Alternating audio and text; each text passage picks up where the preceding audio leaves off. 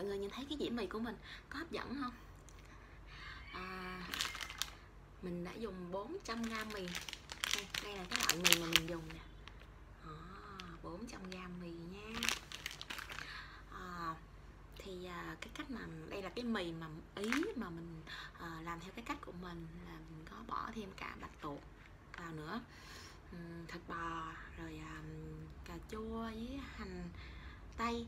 Thì cái cách làm á thì các bạn xem video clip của mình sau đây để biết nha.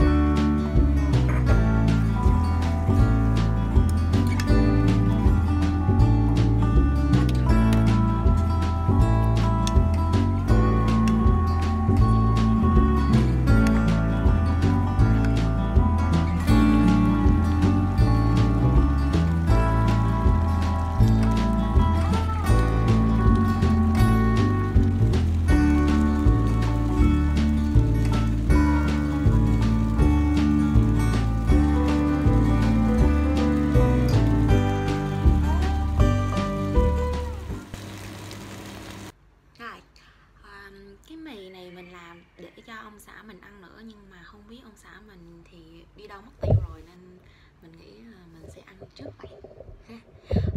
Còn ăn hết hay không thì mình cũng không biết nữa. Mình nghĩ là chắc không thể ăn hết được đâu. Thôi mình ăn tới đâu thì mình quay tới đó. Đây là dĩa mì Ý khổng lồ.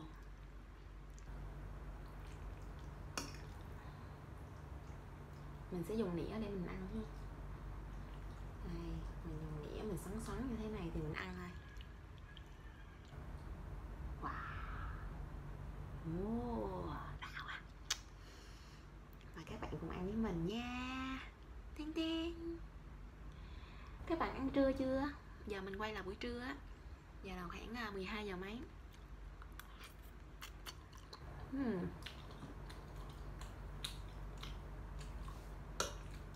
Ngon quá. Thêm miếng nữa nè. Mình cảm thấy hôm nay mình làm bánh mì này mình thấy rất là hài lòng, bởi vì cái sợi mì mình làm mình trụng á, nó không quá cứng cũng không quá mềm, ăn rất là vừa.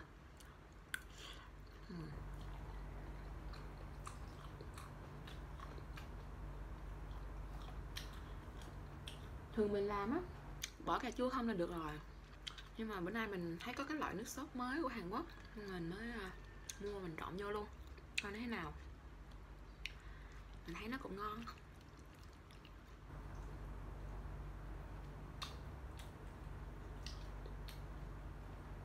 Đây là cái miếng bạch tuộc nè.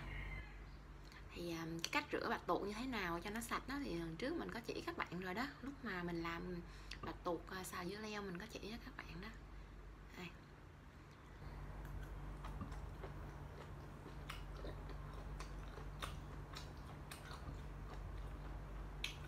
Như cái bạch tuộc mình mua ở siêu thị thường thường nó không có tươi bằng cái bạch tuộc mình mua ở ngoài chợ, bởi vì chủ yếu là nó hàng đông lạnh,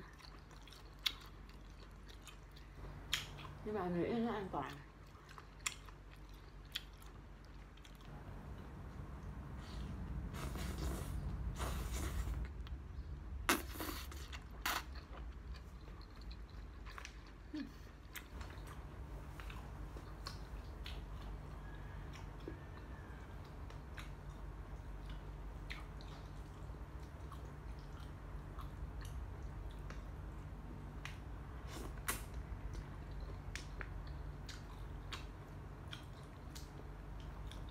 đỏ đỏ này là tương ớt nha các bạn.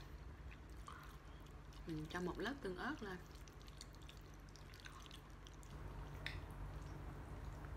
Wow.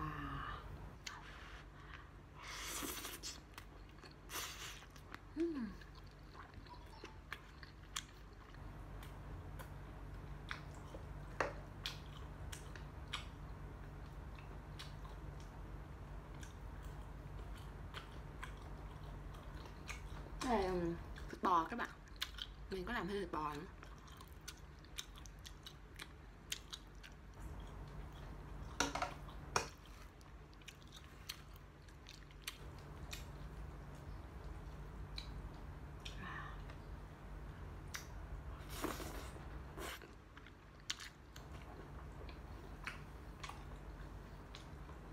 Ngon quá.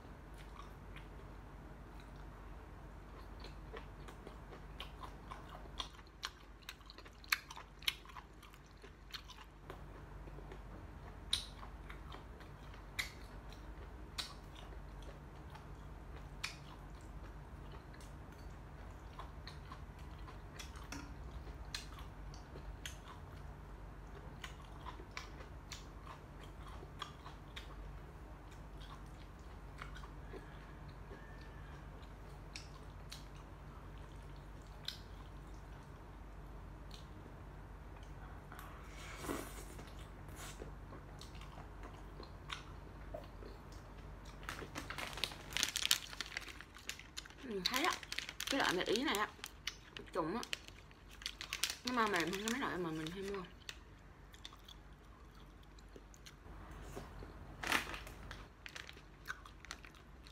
Đây, đúng rồi, ta ghi là trụng trong vòng 7 đến 9 phút.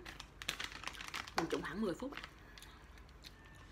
Còn một số loại mà mình mua á, người ta ghi là trụng 7 phút, mà khi mình trụng cả 10 mấy phút mà nó vẫn còn cứng á các bạn.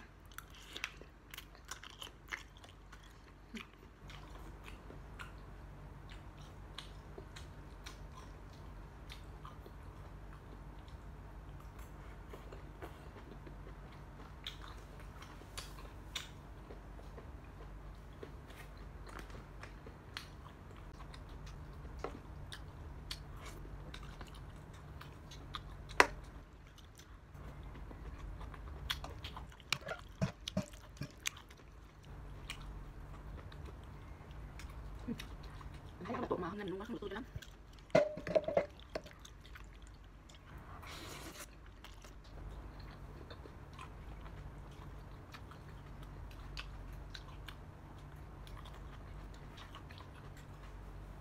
Ở bên Ý á các bạn, nó có loại mì mực mà khi mà mình ăn á, không biết người ta làm bằng cách nào nhưng mà cái miệng của mình nó dính toàn màu đen giống như là mực vậy. Ăn nó mắc cười lắm, vui lắm.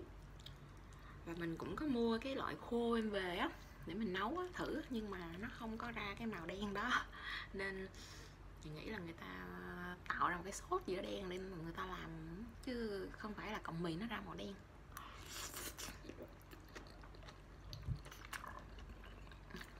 Ăn cũng thấy ngon.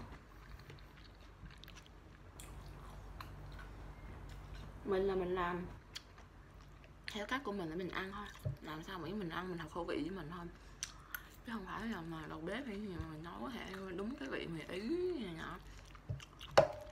Mình nghĩ mà nấu mì Ý mà đã giống đầu bếp nấu, mình nghĩ là có thêm những cái nguyên liệu khác nữa. Rượu, hình như có rượu nữa.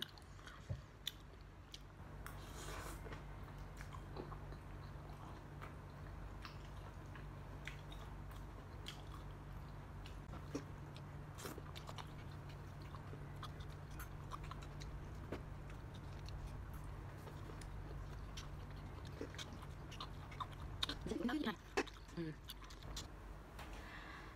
thấy cái dĩa mì Ý của mình nó vơi đi nhiều không? Mình nghĩ nãy giờ mình ăn cũng khá nhiều á. Nhưng mà cái phần này chắc mình phải chừa lại cho ông xã mình thôi. Nếu mà mình ăn hết thì trưa nay ông xã mình không có gì ăn cả. Rồi, mình chào tạm biệt các bạn nha. Nếu các bạn thích video này, các bạn nhớ bấm like, comment, bấm subscribe, đăng ký, ủng hộ kênh của mình ha. Mình cảm ơn các bạn đã xem video của mình. Hẹn gặp lại các bạn trong những video kỳ sau. Bye.